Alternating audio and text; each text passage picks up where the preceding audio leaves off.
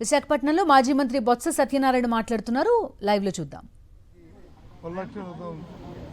పూజ చేసుకుని వారి కుటుంబం వారి తాలూకా పిల్ల పాప అందరూ కూడా చల్లగా ఉండాలని ఆ భగవంతుని అమ్మవారిని మరి వాళ్ళు కోరుకున్న దినం.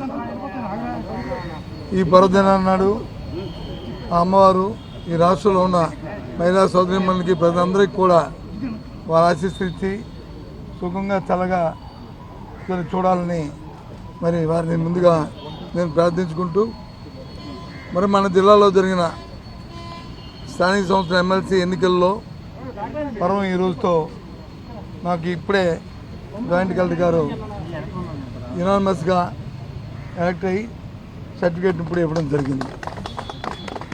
ఈ నేపథ్యంలో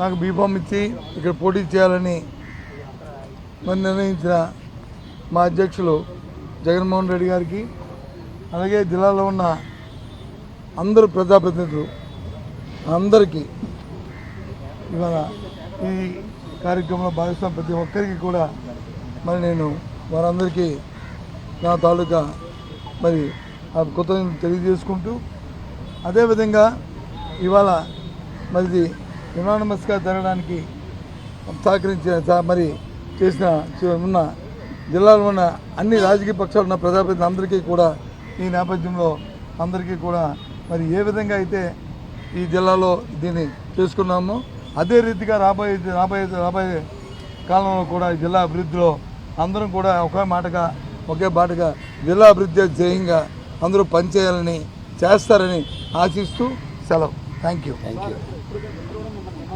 రేపు ఇవాళ మంచి రోజు కాబట్టి ఇవాళ అన్ని ఊరుకొని రేపు పొద్దున్న నేను ప్రెస్ మీట్ పెడతాను, అక్కడ అన్ని విషయాలు మాట్లాడతాను. Okay, thank you.